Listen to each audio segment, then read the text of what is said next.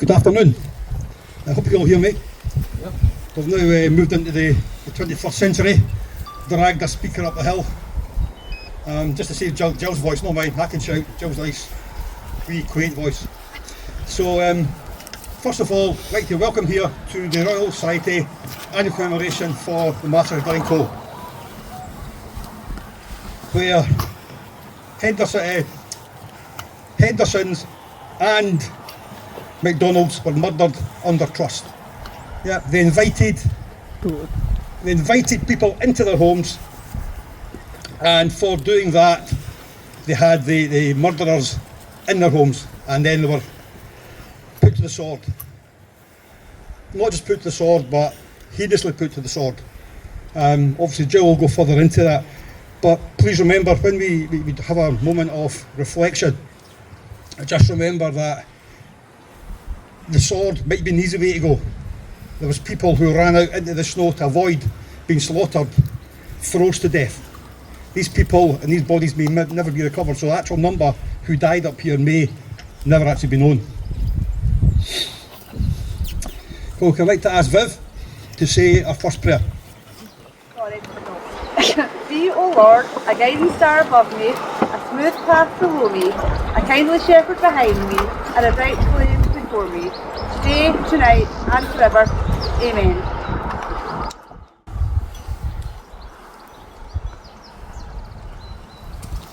Okay, the main speaker for today is Jill. Prepared such a presentation. She'll now come up and give us it. If you've been here before, this is amazing. If you've not been here before, it's even more amazing. Oh, yeah.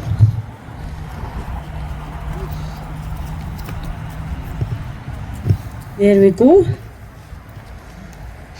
Okay, every year I look at this speech and I think maybe I should reword it. Maybe I should try and reduce it a wee bit. And there's nothing I think that can come out, because the story is not straightforward. And in order to get all the wee nuances out about some of the misconceptions about this, it's the same length.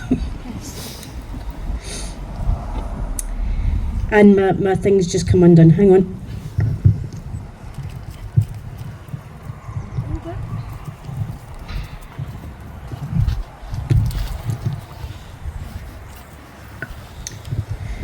Shame for my een, if e'er I have seen such a parcel of rogues in a nation. The Campbells and the Graham are equally to blame, seduced by strong infatuation. The Squadronian Whig are uppish and look big, and mean to rule for their pleasure. To lead us by the nose is what they now propose, and enhance to themselves all our treasure. The Dalrymples come and play, though they sold us all away, and basely betrayed this poor nation. On justice lay no stress, for a country they oppress, having no sort of commiseration. No nation ever had a set of men so bad, that feed on its vitals like vulture. Bargany and Glencoe and the Union do show, to their country and crown they are traitors. We are here today to lament the deaths of those who perished on that fateful morning on the 13th of February 1692. Men, women and children were slaughtered where they slept. It was murder under trust. This wasn't the result of a clan feud. This went to the very top, the king and the government. This was mass murder, sanctioned and carried out by the state. On the 12th of February 1692, Major Robert Duncanson put pen the most chilling and barbaric orders. You are hereby ordered to fall upon the rebels, the MacDonalds of Glencoe, and put all to the sword under 70.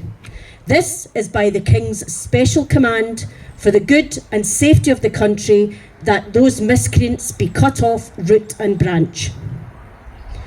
This order, in effect, orders the death of the population.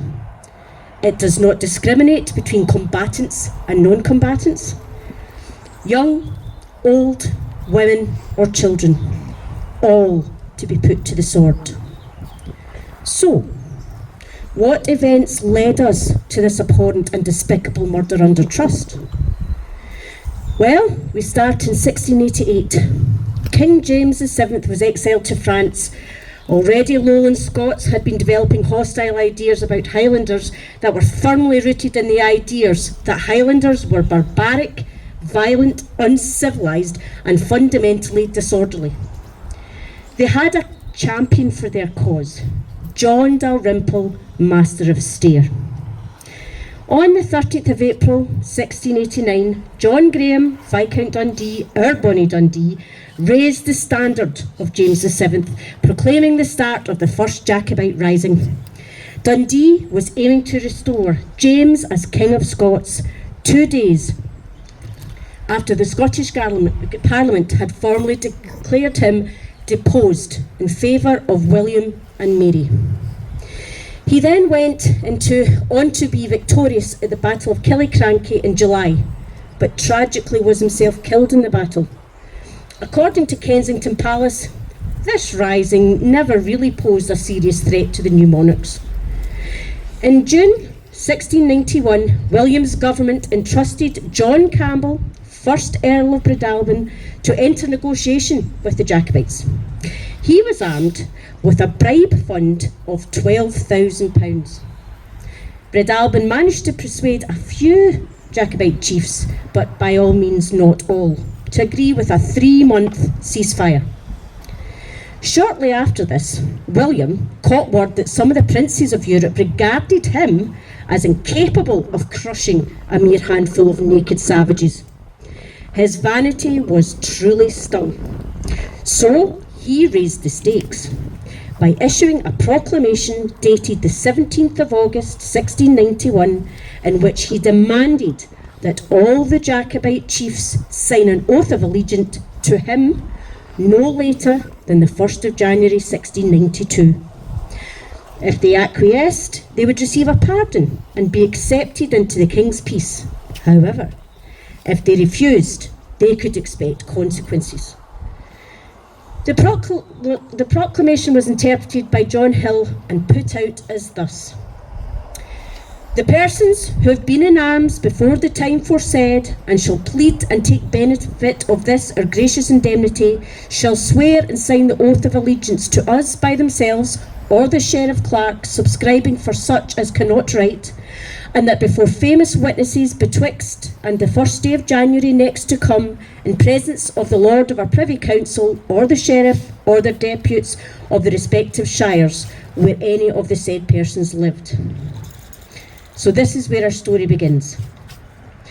At this time, in the 17th century, oaths and allegiances were made under God, and the people were God-fearing.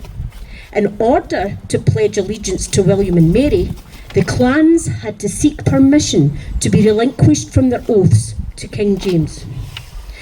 3 men were dispatched in haste and were granted immunity to go to King James in France. At the beginning of December, John Dalrymple, Master of Stair, became the sole Secretary of State for Scotland. A man so contemptible, he makes Donald Trump look like a pussycat. He now had the freedom, unopposed, to deal with the Highlanders as he saw fit. Stair would be the mastermind behind driving the murderous plot. He wrote to his agent, Hamilton, who was based in Fort William.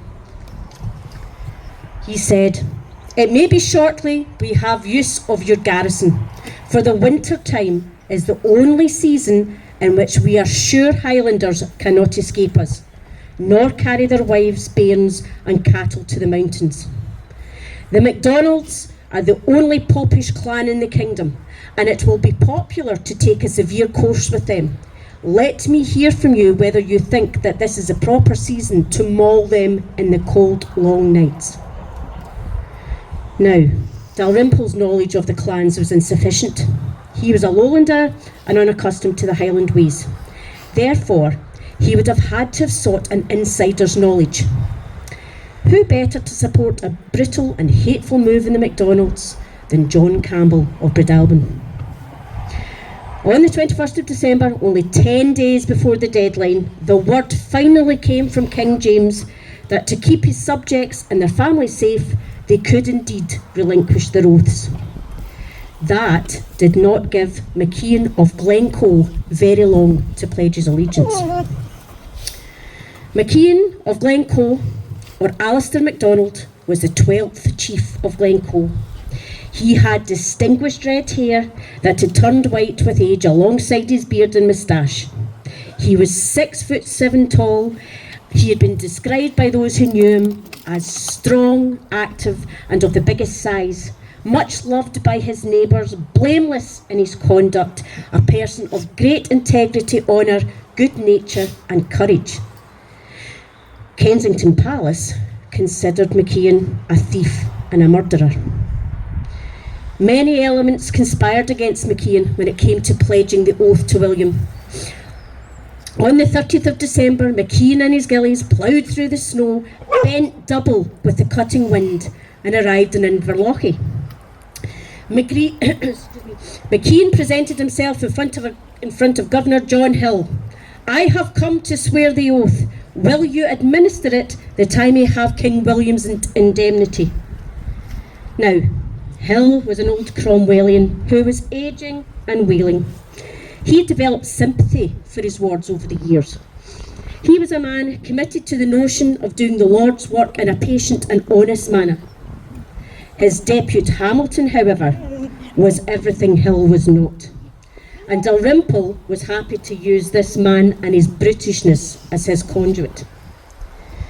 Hill had been stripped of the authority to accept the oath, and he delivered the news to MacDonald that he would have to travel to Inveraray, firm Campbell country, to make the oath to Campbell of Archenglass. The best Hill could do was write a letter that confirmed that MacIan had turned up in time but had arrived at the wrong place. He said, "He has been with me, yet slipped some days out of ignorance. But it is good to bring in a lost sheep at any time, and will be an advantage to render the King's government easy." So MacIan set off in horrendous weather to make his way to Inveraray. Fate was soon to intervene again on the 31st of December when the group met at garrison of Argyles. They wouldn't listen to MacIan's claims and dismissed the letter he had from Hill. They took him to Barcaldine Castle and deliberately imprisoned him till after the deadline passed. On the 2nd of January, MacIan arrived in Inveraray to find that Archenglass was away on a New Year's holiday at Loch Fyne and wouldn't be back until the weather got better. Eventually, 5 days past the deadline, Archenglass arrived home and sought an audience with MacDonald. Archenglass was not prepared to take the oath, as he stated that there had been a 5-month window of opportunity and MacIan had just plain missed it. This was the point that the great chief wept and pleaded with him. "Administer the oath to me, and upon my honour, I promise you that I shall order all the people to do the same. Those who refuse you may imprison or send to Flanders as a soldier." The next morning, Archenglass sent the letter that Hill wrote alongside his own recommendations to the Privy Council. MacIan was warned that it might not make a lot of difference. As predicted, MacDonald's name was swiftly taken off the register of oaths as soon as the letters got to Edinburgh. However, the chief had been led to believe that he did indeed have indemnity. At this point, the famous order was issued with Livingston, providing more detail. It said, "You are hereby ordered and authorised to march our troops, which are now posted at Inverlochy and Inverness, and to act against these Highland rebels who have not taken the benefits of our indemnity, by fire and sword and all manner of hostility, to burn their houses, seize or destroy their goods or cattle, plenishings or clothes, and to cut off the men. The regiment that Hamilton had chosen to carry out the order was not coincidental, but entirely deliberate. He chose a Campbell cohort whose chief, Robert Campbell of Glenlyon, had a reputation that preceded him. He was a known drunk, a gambler. He was 60 years of age and was bankrupt. A man who had hit rock bottom, who would do anything to get out of debt. Dalrymple knew that a man who's at his lowest ebb would be easy to manipulate, control, influence, and threaten. He was the perfect choice. The regiment, captained by Glenlyon, were not exclusively made up of Campbells, as we are led to believe. Many were Lowlanders. They came to Glencoe under the ruse that they needed Highland hospitality before they advanced to Glengarry when the weather had lifted. Now, MacIan was aware that Glengarry was expecting a visit, as he had told Glengarry had fortified his estate in anticipation, so MacIan felt no dishonour. Freezing, wet and hungry, in need of food and rest, the MacDonalds took them in and made them all a guest. The weather here was always harsh, a storm could last a week, but the snow had started falling. Things were really looking bleak. They fed their guests with all they had and kept the fires burning. They could stay as long as need be, the weather wasn't turning. They sat and told old stories and shared their heather ale, played their Highland bagpipes as they sheltered from the gale. Glenlyon was only given the fateful orders the night before, as they believed he would be loose of tongue after drinking or gambling. On the 12th night, as they slept in bed, thinking all was good and well, the guests had started killing all, a night of living hell. A few escaped out to the hills, they fled in the cold of the night, but with conditions a total whiteout, survival was a fight. By daylight, back at the village, the MacDonalds all lay dead. The ground around their homesteads, sticky pools of red. The atrocities that occurred that night have never been forgotten. Some of the Campbells tried to warn their hosts, but the massacre was unstoppable. While playing shinty, it is said one of the soldiers leant against a large boulder and muttered, "Great stone of the glen, great is your right to be here, but if you knew what will happen, tonight you would be up and away." It is said another sat by a fire, patted the host's dog and said, "If I were you, grey dog, my bed tonight would be in the heather." The following is the brutal part of this story, and something that has to be remembered. When they went to the great Chief MacIan's door to tell them that they were leaving to go to Glengarry, the chief immediately got up to offer them a dram before they departed. As he was pulling on his trews to give them a drink, he was shot through the back of his head, blowing apart his face. The great chief was then dragged outside and thrown in a dung heap, as were many of the bodies that night. Meanwhile, Lady Glencoe, splattered on her husband's brains and stripped and abused. A soldier then gnawed at Lady Glencoe's fingers with his teeth to rip her rings off. Dying men screamed and jerked convulsively as their bladders and bowels emptied in terror. The stench of defecation, sulphur and blood soon filled the air. A 6-year-old child who ran to Glenlyon begging for mercy had his throat cut by a dirk. A child's hand was later found in the snow. Archibald MacDonald, 80 years old, was bludgeoned unconscious and then burned alive in his home. Glenlyon tried to save 2 young men who had offered him hospitality, but a fellow officer reminded him of his orders and shot them dead.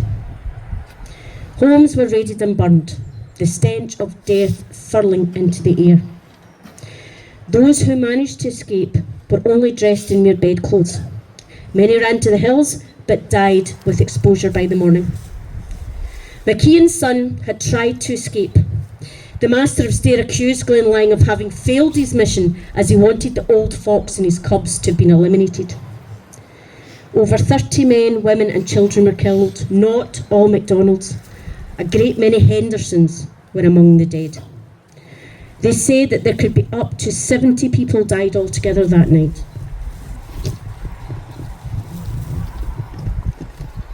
This utter treachery of that night has permeated through the centuries. To what end did this atrocity happen? William got the clans to pledge the oath, but in reality, this was the catalyst for the Jacobite risings to come. Today, we remember those brave souls murdered under trust. Right, thanks very much for that, Jill. Very enlightening and harrowing. Moving on, can I ask any floral tributes to be laid?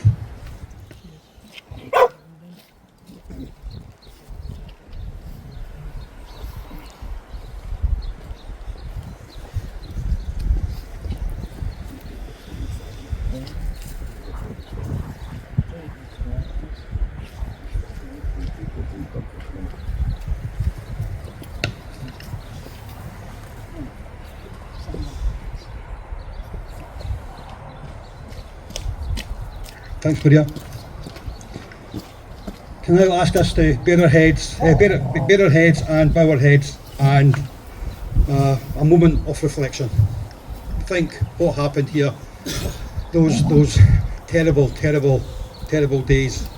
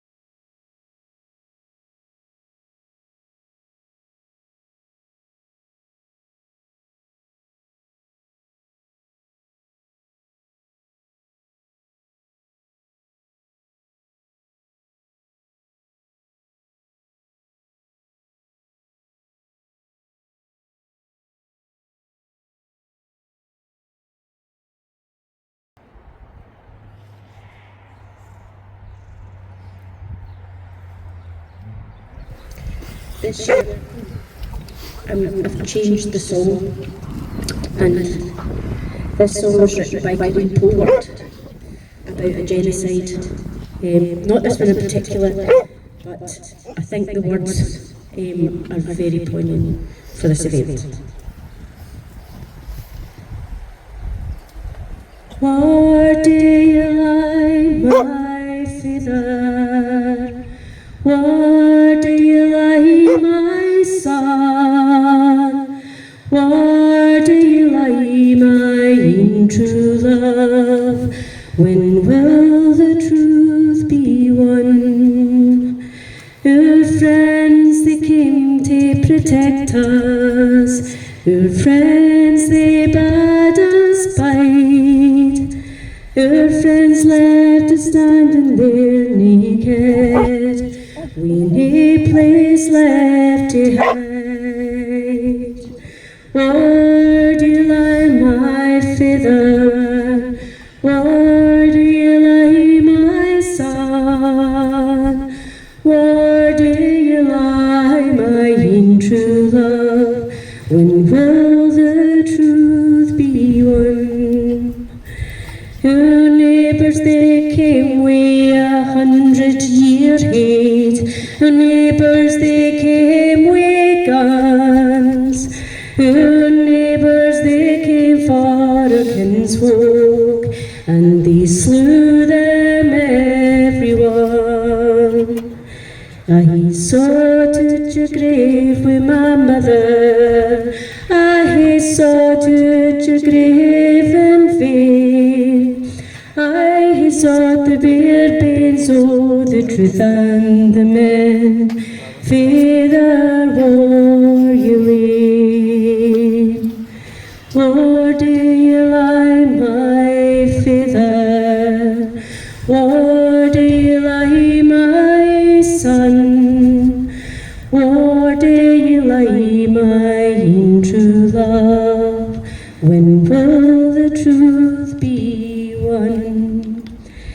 I cried out your name to the four winds. I cried out your name till the dawn. I cried in the arms for your sister dear. Where do you lie, my son? I dreamed of your breath upon me. I dreamed of your yellow hair. I dreamed of the sounds of your dying breath.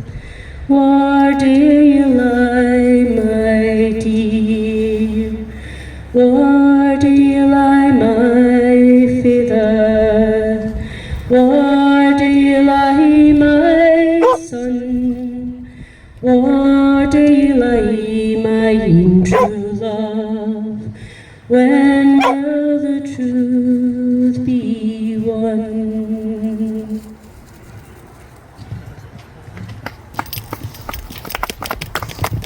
That was lovely, Jill, thank you.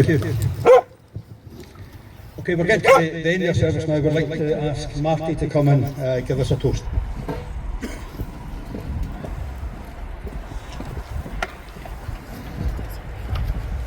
Ladies and gentlemen, to the lost souls of Glencoe. Lost souls of Glencoe.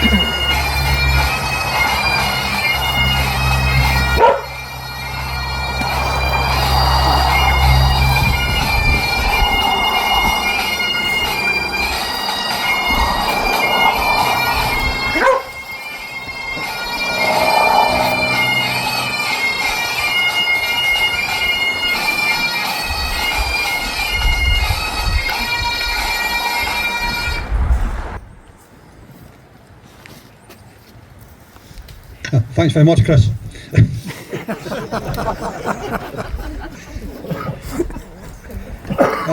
Okay, we'd just like to close up now. If we can ask John to come up and say the final prayer.